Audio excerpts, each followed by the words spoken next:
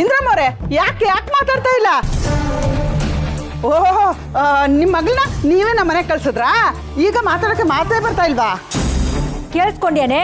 ಕೇಳಿಸ್ಕೊಂಡ ಎಷ್ಟೆಷ್ಟು ಮಾತಾಡ್ತಿದ್ದಾರೆ ಅಂತ?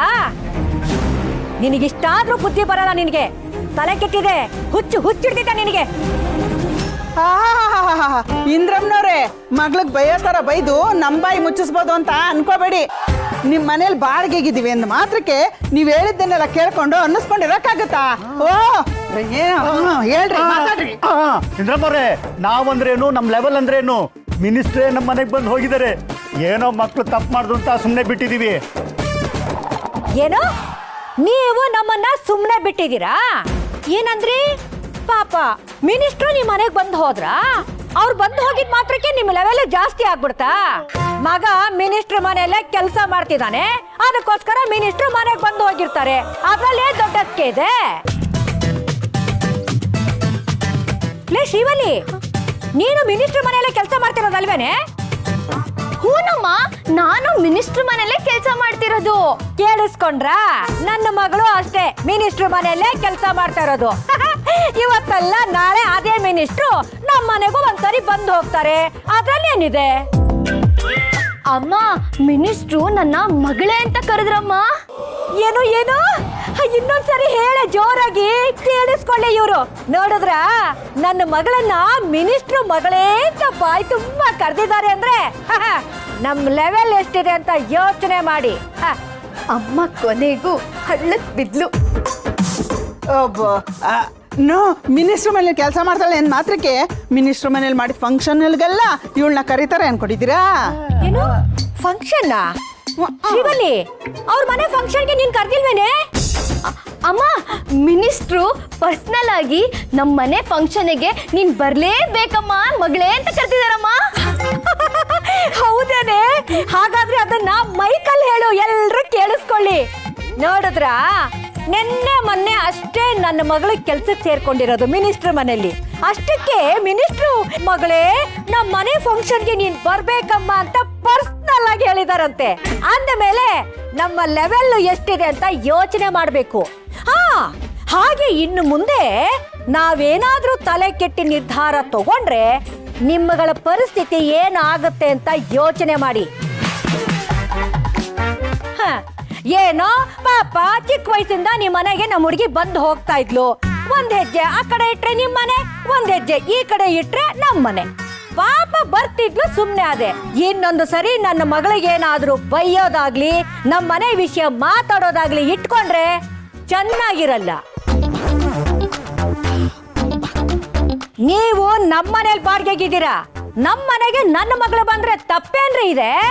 ಓಹೋ, ಏ ಶ್ರೀವಲ್ಲಿ, ಇನ್ನು ಯಾಕೆ ಅಲ್ಲೇ ನಿಂತಿದ್ಯಾ? ನಡಿ. ಅಮ್ಮ, ಒಂದ್ ನಿಮಿಷ. ಮಿನಿಸ್ಟರ್ ಮನೆ ಫಂಕ್ಷನ್ಗೆ ನಾನು ಬರ್ತೀನಿ. ನನ್ನ ಮಗಳ ವಿಚಾರಕ್ಕೆ ಏನಾದ್ರೂ ಇನ್ನೊಂದ್ಸರಿ ಬಂದ್ರೆ ಗ್ರಾಚಾರ ಬಿಡಿಸ್ಬಿಡ್ತೀನಿ. ನಡಿಯೇ. ಓಹೋ, ರೀ, ಪಾಪ ಹುಡುಗಿ, ಅವಳು ಬೈಸ್ಕೊಂಡು ನಮ್ಮನ್ನು ಕಾಪಾಡ್ಬಿಟ್ಲು. ಲೇ, ಇವ್ರ ಅಮ್ಮನ ಬಾಯಲ್ಲೇ ಮಿನಿಸ್ಟರ್ ಮನೆ ಫಂಕ್ಷನ್ ಬರ ಹಾಗೆ ಹೇಳಿಸ್ಬಿಟ್ಲಲ್ಲೇ. ಇವಳು ಭಾಳ ಚತುರಿದ್ದಾಳೆ ಕಡೆ. ಛೇ, ಅವಳ ಬಗ್ಗೆ ಹಂಗನ್ಬೇಡಿ, ಸುಮ್ಮನೆ ರೀ. ಅವಳು ಫಂಕ್ಷನ್ ಬಂದ್ರೆ ಚೆನ್ನಾಗಿರುತ್ತೆ. ಏನಾಗುತ್ತೋ ನೋಡೋಣ ಬನ್ನಿ.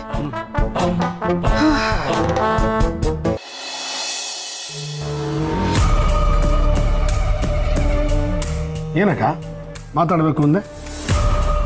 ಹೌದು ವೀರು, ಈ ವಿಷಯನ ನಾನು ನಿನ್ನ ಹತ್ರ ಮಾತಾಡೋದು ಬೇಡ ಅಂತ ಇಷ್ಟು ದಿನ ತಳ್ಕೊಂಡು ಬಂದೆ. ಆದರೆ ಈಗ ಅದು ಮಾತಾಡಿ ಕ್ಲಿಯರ್ ಮಾಡ್ಕೊಳ್ಳೋದು ಒಳ್ಳೇದು ಅಂತ ಅನ್ನಿಸ್ತಾ ಇದೆ. ಯಾಕಂದರೆ ಕೆಲವೊಂದು ಸೂಕ್ಷ್ಮವಾದ ವಿಷಯಗಳನ್ನ ನಾವು ಇಂಪಾರ್ಟೆಂಟ್ ಇಲ್ಲ ಅಂತ ನೆಗ್ಲೆಕ್ಟ್ ಮಾಡಿಬಿಡ್ತೀವಿ. ಆದರೆ ಮುಂದಕ್ಕೆ ಅದೇ ಬೆಳೆದು ದೊಡ್ಡದಾಗಿ ಮನೆಯಲ್ಲಿ ಮನಸ್ತಾಪ ಬರೋ ಹಾಗಾಗ್ಬಿಡುತ್ತೆ.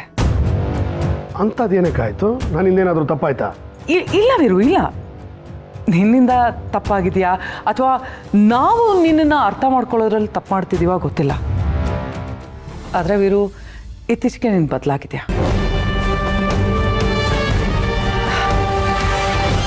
ನೀನು ಬದಲಾಗೋದೇನು ಬೇಜಾರಿಲ್ಲ.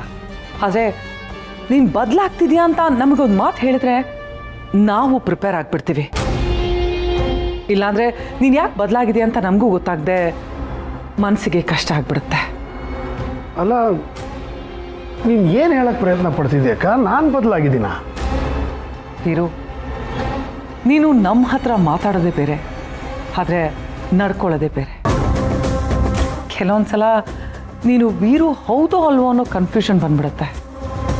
ನಾನು ಇಷ್ಟು ವರ್ಷ ನೋಡಿದ ವೀರು ಅಲ್ಲ, ನೀನು ಬೇರೆನೇ ಆಗಿದೆಯಾ. ಅಲ್ಲ, ನೀನು ಯಾವ ವಿಷಯದ ಬಗ್ಗೆ ಮಾತಾಡ್ತಾ ಇದೀಯಾ? ಈಗ ಶ್ರಾವಣಿ ವಿಷಯನೇ ತಗೋ.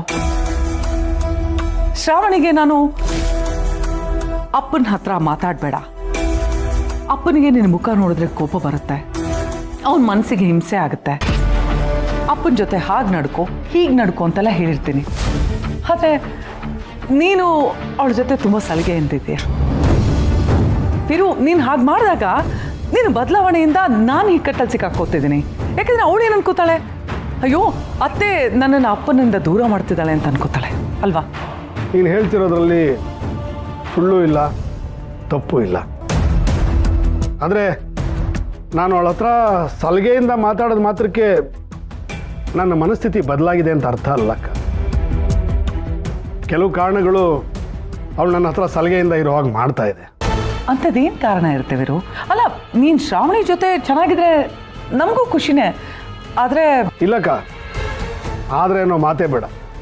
ನಾನು ಅವಳ ಜೊತೆ ಖುಷಿಯಾಗಿರ್ತೀನಿ ಅಂತ ಕನಸಲ್ಲೂ ಅಂದ್ಕೊಳ್ಳಲ್ಲ. ಸಾಲಿಗ್ರಾಮಕ್ಕೆ ಹೋಗಬೇಕು, ಅಲ್ಲಿ ಅಪ್ಪ ಮಕ್ಕಳ ಸಂಬಂಧ ಹೀಗಿದೆ ಅಂತ ಯಾರಿಗೂ ಗೊತ್ತಾಗೋದು ಬೇಡ ಅನ್ನೋ ಒಂದೇ ಕಾರಣಕ್ಕೆ ನಾನು ಅವಳ ಜೊತೆ ಸಲಿಗೆಯಿಂದ ಇದ್ದೀನಿ ಅಷ್ಟೆ. ಅದಲ್ಲ ವೀರು, ನೆನೆಯಿಂದ ನೀನು ಶ್ರಾವಣಿ ಏನೋ ಮಾತಾಡ್ಕೋತಿದ್ದೀರಾ, ಅದೇನು ಅಂತ ನಮ್ಗೆ ಯಾರಿಗೂ ಅರ್ಥ ಆಗ್ತಿಲ್ಲ. ಅದೇನು ಸಾಲಿಗ್ರಾಮದ ಬಗ್ಗೆ ಅಲ್ಲ ತಾನೆ? ಆ ವಿಷಯನ ಅಕ್ಕ, ಅದಕ್ಕೂ ಒಂದು ಕಾರಣ ಇದೆ. ನಾನು ಅವಳ ಜೊತೆ ಏನು ಮಾತಾಡ್ತಾ ಇದ್ದೆ ಅನ್ನೋದು ಇನ್ನು ಸ್ವಲ್ಪ ಹೊತ್ತಲ್ಲಿ ನಿನಗೆ ಗೊತ್ತಾಗುತ್ತೆ. ಏನೇನೋ ಯೋಚನೆ ಮಾಡಿ ತಲೆ ಕೆಡಿಸ್ಕೋಬೇಡ. ನಿನ್ನ ಮನಸ್ಸಲ್ಲಿರೋ ಎಲ್ಲ ಪ್ರಶ್ನೆಗಳಿಗೂ ಉತ್ತರ ಸಿಕ್ಕತ್ತೆ. ನಿನಗೆ ಮಾತ್ರ ಅಲ್ಲ, ಈ ಮನೆ ಮಗನಿಗೂ ಒಂದು ಸಣ್ಣ ಸರ್ಪ್ರೈಸ್ ಇದೆ. ಅದಕ್ಕೆ ಇಷ್ಟೆಲ್ಲ ಮಾತು. ಇಷ್ಟಕ್ಕೆ ಮೇಲೆ ನಾನು ಏನೂ ಕೇಳಬೇಡ, ನಾನು ಏನೂ ಹೇಳಲ್ಲ.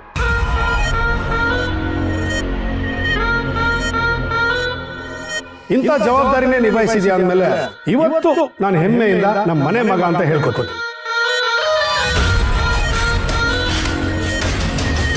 ಮನೆ ಮಗನಿಗೆ ಸರ್ಪ್ರೈಸಾ?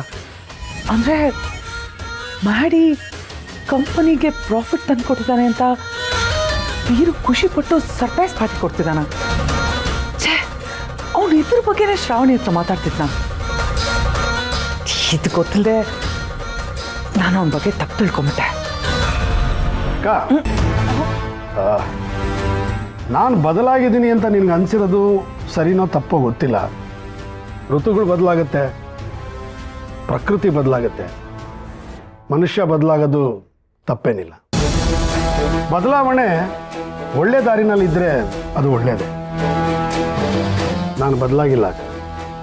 ಅಕಸ್ಮಾತ್ ಬದಲಾದರೂ ಅದರಿಂದ ಒಳ್ಳೆಯದೇ ಆಗುತ್ತೆ, ನಿನಗೆ ಸಂತೋಷನೇ ಆಗುತ್ತೆ. ನನ್ನ ಮಗ ಬದಲಾಗಿದ್ದಾನೆ ಅಂತ ನನಗೆ ಅನ್ನಿಸ್ತಿದ್ಯಾ, ಅಥವಾ ನನ್ನ ಮಗನಿಗೋಸ್ಕರ ನೀನು ಬದಲಾಗಿದೆಯಾ ಗೊತ್ತಾಗ್ತಿಲ್ಲ ವೀರು. ಆದರೆ ನಿಜವಾಗ್ಲೂ ನನಗೆ ಖುಷಿ ಆಗ್ತಿರೋದು ನನ್ನ ಹಿಡಿತ ಈ ಮನೆ ಮೇಲೆ ಇನ್ನೂ ಗಟ್ಟಿಯಾಗಿದೆ ಅನ್ನೋ ಖುಷಿ.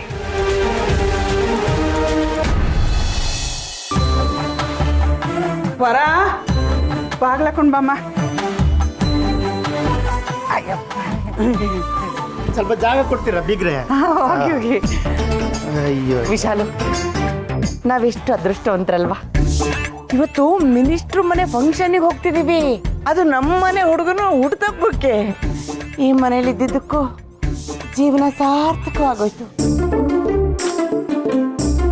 ಹಾ ಬೀಗ್ರೆ, ನಿನ್ನೆ ದೇವಸ್ಥಾನಕ್ಕೆ ಹೋಗಕ್ಕಾಗಲ್ಲ ಅಂದ ತಕ್ಷಣನೇ ನನ್ನ ಹಣೆ ಬರ ಸರಿ ಇಲ್ಲ, ಈ ಮನೇಲಿ ಇರೋದೇ ದುರದೃಷ್ಟ ಅನ್ನೋ ಥರ ಮಾತಾಡಿದ್ರಿ. ನಾವಮ್ಮ ಹಾಗೇನೆ ಕಲರ್ಫುಲ್ ಪರ್ಸನ್, ಯಾವಾಗ ಬೇಕಾವಾಗ ಬಣ್ಣ ಬದಲಾಯಿಸ್ಬಿಡ್ತಾಳೆ. ಮುಚ್ಚಬಾಯ್ತು. ಹಾಗಲ್ಲ ಬಿಗ್ರೆ, ಅನಂತ ಶಯನ, ಪದ್ಮನಾಭ, ಈಗ ನಿನ್ನೆ ನೀವು ದೇವಸ್ಥಾನಕ್ಕೆ ಕರ್ಕೊಂಡು ಹೋಗಲ್ಲ ಅಂದ್ರಿ, ಬೇಜಾರಾಯ್ತು. ಇವತ್ತು ಮಿನಿಸ್ಟ್ರ್ ಮನೆ ಫಂಕ್ಷನ್ಗೆ ಹೋಗ್ತಾ ಇದ್ದೀವಿ ಅಂದ್ರಿ, ಸಂತೋಷ ಆಯ್ತು. ನನಗೆ ಇವಾಗ ಏನ್ ಅನ್ಸುತ್ತೆ ಅದನ್ನ ಇದ್ದಕ್ಕಿದ್ದಂಗೆ ಹೇಳ್ಕೊಂಬಿಡೋದು ಅಭ್ಯಾಸ. ಅದು ಸರಿನೇ ಬಿಡಿ. ಮುಂದೆ ಇರೋರು ಏನಾದರೂ ಅನ್ಕೊಳ್ಳಿ, ನಮ್ಗೇನು ಅನ್ಸುತ್ತೋ ಅದು ಹೇಳ್ಬಿಡ್ಬೇಕು. ನಿಮ್ಮಂಥವ್ರೆ ಆಯುಸ್ಫೂರ್ತಿ ಆರೋಗ್ಯವಾಗಿರೋದು. ಎಂತ ಮುತ್ತಿನಂತ ಮಾತಾಡ್ಬಿಟ್ಟೆ ವಿಶಾಲು. ಈಗ ನೋಡು, ಆ ಮಿನಿಸ್ಟರ್ನ ನೋಡೋದಿಕ್ಕೆ ಜನ ಕ್ಯೂ ನಿಂತಿರ್ತಾರೆ, ಆದ್ರೆ ನಾವು ಮಿನಿಸ್ಟರ್ ಮನೆ ಫಂಕ್ಷನ್ಗೆ ಹೋಗ್ತಿದೀವಿ. ಹೌದು, ಮಿನಿಸ್ಟ್ರು ನಮಗೋಸ್ಕರ ಕಾರೇ ಕಳಿಸ್ತಿಲ್ಲ ಇನ್ನು. ಕಾರು ಈ ಕಡೆಯಿಂದ ಬರ್ತಾ ಇದೆ. ಹೌದಾ?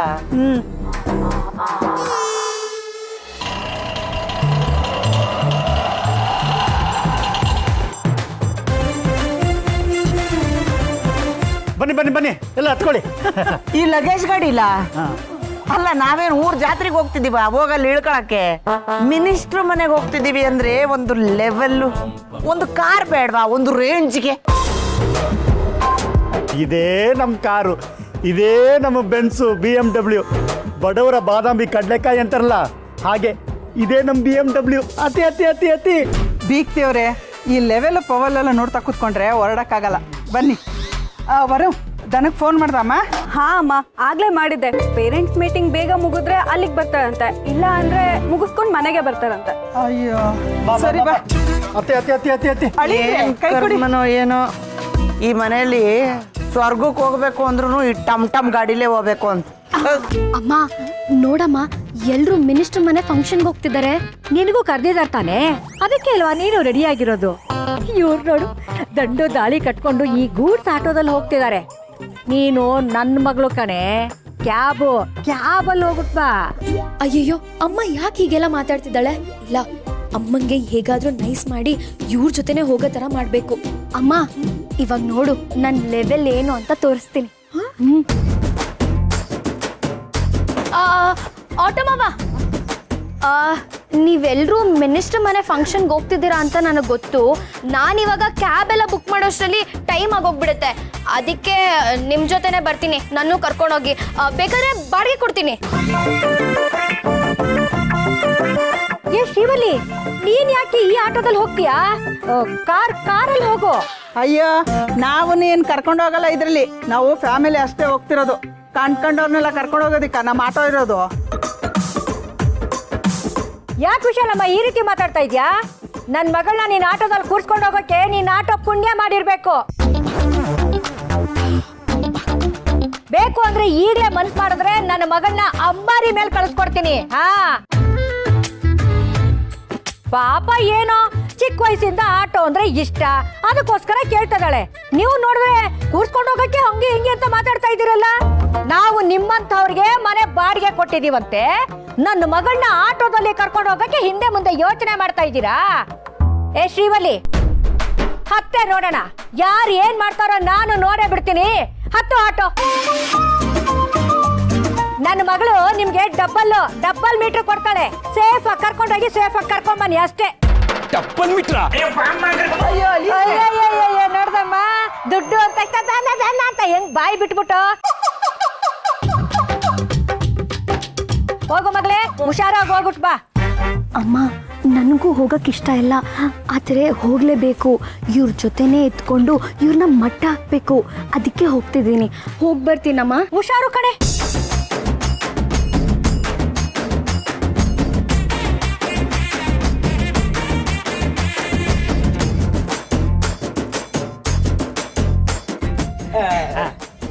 ಅನಂತ ಒಂಚೂರು ಹತ್ತೋದಿಕ್ಕೆ ಸಹಾಯ ಮಾಡ್ತೀರಾ? ಬನ್ನಿ ಬಿಗ್ರೆ. ಗಾಡಿ ಮಾಡಿಸಿ.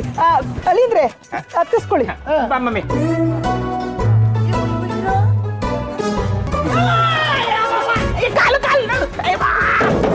ಏನು ಮಗ ಅನ್ಕೊಂಡ್ಬಿಟ್ಟಿದ್ದೀರ ತೊಡೆ. ಅಯ್ಯೋ ಬಿಡಿ, ನಾನಿನ್ನ ಕಪ್ಪ ಅನ್ಕೊಂಡೆ. ಯಾಕೆ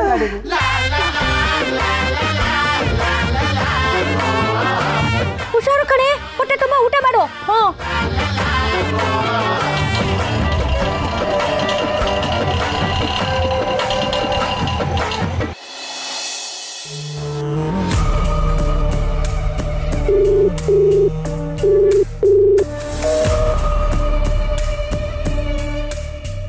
ಎಲ್ಲಿ ಹೋದ ಇವನು?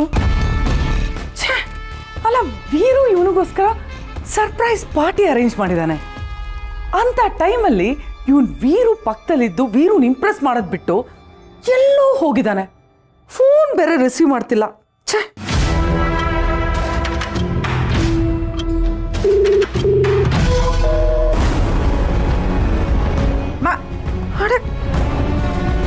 ಫೋನ್ ಕಟ್ ಮಾಡ್ತಿದ್ದಾನೆ.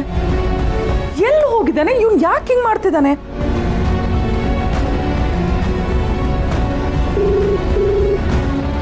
ಮಾಮ್, ನಾನು ತುಂಬ ಡಿಸಪಾಯಿಂಟ್ ಆಗಿದ್ದೀನಿ. ಸುಮ್ಮನೆ ಕಾಲ್ ಮಾಡಿ ನನ್ನ ತಲೆ ತಿನ್ಬೇಡ. ಯಾಕೆ ಡಿಸಪಾಯಿಂಟ್ ಆಗಿದ್ಯಾ? ಅಂತದ್ ಏನಾಗಿದೆ ಮಾಡಿ? ಅದನ್ನೆಲ್ಲ ಏನು ಕೇಳಬೇಡ, ಫೋನ್ ಇಡು. ಹಲೋ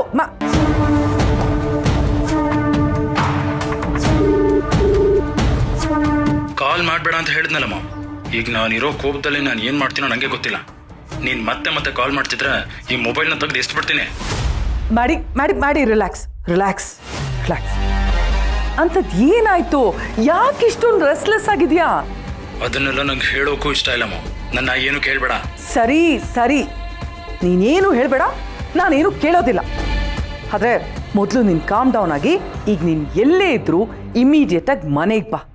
ನೋಡು, ಮನೆಯಲ್ಲಿ ನಿನಗೋಸ್ಕರ ಒಂದು ದೊಡ್ಡ ಸರ್ಪ್ರೈಸ್ ಪಾರ್ಟಿ ಅರೇಂಜ್ ಮಾಡಿದಾನೆ ವೀರು. ಸರ್ಪ್ರೈಸಾ? My foot. ಮಾಡಿ, ವಾಟ್ಸ್ ಹ್ಯಾಪ್ನಿಂಗ್? ಯಾಕೆ ಹೀಗೆ ಆಡ್ತಿದ್ಯಾ ನೀನು? ಅಲ್ಲ ಪಾಪ ವೀರು ನಿನಗೋಸ್ಕರ. Stop it ma'am. ನಂಗೋಸ್ಕರ ಅಂತ ಹೇಳ್ಬೇಡ. ನಿನ್ನ ತಮ್ಮ ಮಾಡಿರೋ ಕೆಲಸಕ್ಕೆ ನಾನು ಇಷ್ಟೊಂದು ಅಪ್ಸೆಟ್ ಆಗಿರೋದು. ಅಲ್ಲಿ ಸೆಲೆಬ್ರೇಷನ್ಸ್ಗೆ ಎಲ್ಲ ಅರೇಂಜ್ಮೆಂಟ್ಸ್ ನಡೀತಿದ್ಯಾ? ಹೌದು ಮಾಡಿ, ಆದ್ರೆ ಅದೆಲ್ಲ ಬೀದಿ ಬಿಕಾರಿ ಸುಬ್ಬುಗೋಸ್ಕರ. ಸುಬ್ಬು ಹೆಸರು ಕೇಳಿದ್ರೆ ರಕ್ತ ಕುದಿಸಿದೆ ನನಗೆ. ಒಂದು ಬರ್ತ್ಡೇ ಸೆಲೆಬ್ರೇಟ್ ಮಾಡೋಕೆ ಅಂತಾನೆ ನಿನ್ನ ತಮ್ಮ ಇಷ್ಟೊಂದೆಲ್ಲ ಪ್ಲಾನ್ ಮಾಡಿರೋದು. ಏನ್ ಹೇಳ್ತಿದ್ಯಾ ನೀನು? ಹೌದು ಮಾ, ನಿನ್ನ ತಮ್ಮ ಶ್ರಾವಣಿ ಮಾತಾಡ್ತಿದ್ನ ನಾನು ಕೇಳಿಸ್ಕೊಂಡೆ. ನಿನ್ನ ತಮ್ಮ ನನ್ನ ಹೋಗ್ಲಿದ್ದು ಅಂದ್ಕೊಂಡು ನಾವಿಬ್ರು ಫುಲ್ ಫಿದಾಗಿದ್ದೀವಿ ಅಷ್ಟೇ. ಮನೇಲಿ ಮಗನಾಗೆ ಅಂತ ನನಗೆ ಹೇಳಿ ಈಗ ಸುಬ್ಬು ಬರ್ತ್ಡೇ ಮಾಡ್ತಿದ್ದಾನೆ. ಛೇ, ಅವನನ್ನು ಅವತ್ತೇ ಮುಗಿಸ್ಬೇಕಾಗಿತ್ತು. ನಂಗೆ ಬರ್ತಿರೋ ಕೋಪದಲ್ಲಿ ನನ್ನ ಎದುರಿಗೆ ನಿನ್ನ ತಮ್ಮ ಬಂದರು ಅಷ್ಟೇ, ಸುಬ್ಬು ಬಂದರು ಅಷ್ಟೇ, ಯಾರನ್ನು ಉಳ್ಸಲ್ಲ. ಅದಕ್ಕೆ ಹೇಳ್ತಿದ್ದೀನಿ, ನನ್ನನ್ನು ಅಲ್ಲಿ ಕರಿಬೇಡ. ಅವ್ರನ್ನೇನಾದ್ರೂ ನೋಡಿದ್ರೆ ನಾನಂತೂ ಜೀವ ಸಹಿತ ಬಿಡಲ್ಲ. ಮಾಡಿ ಮಾಡಿ ಮಾಡಿ, ಪ್ಲೀಸ್ ಡೋಂಟ್ ಬಿ ಫೂಲ್. ನೋಡು, ಕೋಪದ ಕೈಗೆ ಬುದ್ಧಿ ಕೊಡಬೇಡ. ಹಾಗೇನಾದ್ರೂ ಮಾಡಿದ್ರೆ ಕಂಬಿ ಎಣಿಸ್ಬೇಕಾಗತ್ತೆ. ನೋಡು, ಮೊದಲು ನೀನು ಕಾಮ್ ಡೌನ್ ಆಗಿ ಇಮಿಡಿಯೇಟ್ ಆಗಿ ಮನೆಗೆ ಬಾ. ಮಿಕ್ಕಿದ್ದೆಲ್ಲ ಯೋಚನೆ ಮಾಡೋಣ ಮಾಡಿ, ಪ್ಲೀಸ್. ಸಾಧ್ಯನೇ ಇಲ್ಲ ಮಾಮ್, ನಾನಂತೂ ಅಲ್ಲಿಗೆ ಬರಲ್ಲ. ಸುಮ್ಮನೆ ಕಾಲ್ ಮಾಡಿ ನನ್ನ ತಲೆ ತಿನ್ಬೇಡ. ನಂಗೆ ಬರಬೇಕು ಅನ್ಸ್ದಾಗ ನಾನು ಬರ್ತೀನಿ. ಇವಾಗ ಫೋನ್ ಇಡು.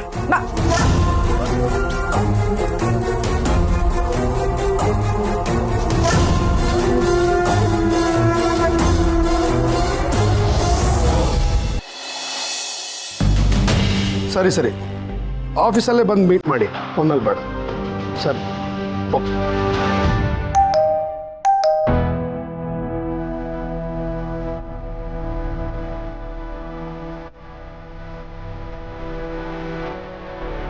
ಏನು ಸರ್ ನಮಸ್ತೆ ಸರ್. ನಮಸ್ತೆ ಸರ್, ನೀವು ಕೇಕ್ ಆರ್ಡರ್ ಇತ್ತು ಸರ್. ಹಾಂ, ಕೊಡಿ. ಪರವಾಗಿಲ್ಲ ಸರ್, ನೀವು ತೊಗೊಳ್ಳೋದಾ? ನಾನೇ ಒಳ್ಳೆ ಇಲ್ಲ. ಪರವಾಗಿಲ್ಲ, ಕೊಡಿ. ಸರ್, ಒಂದು ಸೆಲ್ಫಿ ತೊಗೊಳ್ಳ?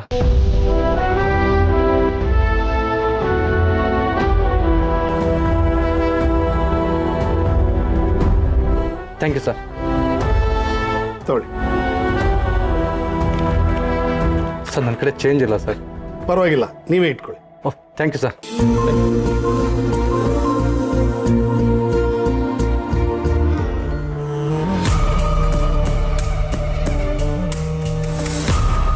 ಅಕ್ಕ, ನೋಡಿದೆ ಅಕ್ಕ, ಸರ್ಪ್ರೈಸ್ ಅಂತ ಹೇಳಿದ್ನಲ್ಲ, ಇದನ್ನೇ. ಸುಬ್ಬು ನಮ್ಮ ಮನೆ ಮಗ ಇದ್ದ ಹಾಗೆ, ಅವ್ನ ಬರ್ಡೇ ಅಂತ ಗೊತ್ತಾಯ್ತು, ಅದಕ್ಕೆ ಸೆಲೆಬ್ರೇಟ್ ಮಾಡೋಣ ಅಂತ. ಅವನಿಗೆ ಇದೆಲ್ಲ ಇಷ್ಟ ಆಗುತ್ತೋ ಇಲ್ಲೋ ಗೊತ್ತಿಲ್ಲ, ಆದರೆ ನನಗೆ ಅವನ ಬರ್ಡೇನ ಸೆಲೆಬ್ರೇಟ್ ಮಾಡಬೇಕು ಅಂತ ಅನ್ನಿಸ್ತು. ಅದಕ್ಕೆ ಸೆಲೆಬ್ರೇಟ್ ಮಾಡ್ತಾ ಇದ್ದೀನಿ. ನಾನು ಶ್ರಾವಣಿ ಮಾತಾಡ್ತಿದ್ವಿ ಅಂತ ನೀನು ಅಂದ್ಯಲ್ಲ, ಇದ್ರ ವಿಷಯವಾಗೇ ಮಾತಾಡ್ತಾ ಇದ್ದಿದ್ದು. ಕೆಲವೊಮ್ಮೆ ಕೆಲವು ಬಾಂಧವ್ಯಗಳಿಗೆ ದೊಡ್ಡವರು ಚಿಕ್ಕವರು ಅನ್ನೋದಾಗಲಿ, ಆಸ್ತಿ ಅಂತಸ್ತಾಗಲಿ, ಮಾಡೋ ಕೆಲಸ ಕಾರ್ಯಗಳಾಗಲಿ ಅಡ್ಡ ಬರೋದಿಲ್ಲ. ಸುಬ್ಬು ನನ್ನ ಜೊತೆ ಇರೋದಕ್ಕೆ ನನ್ನ ಎಷ್ಟೋ ಕೆಲಸಗಳು ಸುಲಭ ಆಗ್ತಾ ಇದೆ. ಅವನಿಗೆ ಇಷ್ಟು ಮಾಡೋದು ಕಡಿಮೆನೇ ಅಲ್ವಾ ಅಕ್ಕ? ಹೌದು ವೀರು, ನೀನು ತುಂಬ ಒಳ್ಳೆ ಕೆಲಸನೇ ಮಾಡ್ತಿದ್ಯಾ. ಆಮೇಲೆ ಇನ್ನೊಂದು ವಿಷಯ, ಅವನಿಗೆ ಗೋಲ್ಡ್ ಚೈನ್ ಗಿಫ್ಟಾಗಿ ಕೊಡೋಣ ಅಂತ ಅಂದ್ಕೊಂಡಿದ್ದೀನಿ. ನನ್ನ ರೂಮ್ನಲ್ಲಿ ಇಟ್ಟರೆ ಅವನು ಫೈಲು ಅದು ಇದು ಅಂತ ಹೋಗಿ ಬರ್ತಾ ಇರ್ತಾನೆ. ಅದಕ್ಕೆ ನಿನ್ನ ರೂಮಲ್ಲಿ ಇಟ್ಟಿದ್ದೀನಿ, ಅವನಿಗೆ ಸರ್ಪ್ರೈಸ್ ಕೊಡೋಣ ಅಂತ. ಸರಿ ವೀರು, ಸೆಲೆಬ್ರೇಷನ್ ಎಲ್ಲ ಈಗಲೇ ಶುರು ಆಗುತ್ತಾ? ಇನ್ನೊಂದು ಸ್ವಲ್ಪ ಹೊತ್ತಲ್ಲಕ್ಕ. ಸುಬ್ಬುನ ಪಾರ್ಟಿ ಆಫೀಸಿಗೆ ಕಳಿಸಿದ್ದೀನಿ, ಅವ್ನು ಬರಬೇಕು. ಅವ್ರ ಮನೆಯವ್ರನ್ನೂ ಕರೆದಿದ್ದೀನಿ. ಆಗ ಅವ್ನು ಬಂದಮೇಲೆ ಕೇಕ್ ಕಟ್ಟಿಂಗು ಎಲ್ಲ ಶುರು. ಹಾಂ, ನೀನು ರೆಡಿ ಆಗು, ಮದನ್ಗೂ ಹೇಳ್ಬಿಡು. ಹಾಂ.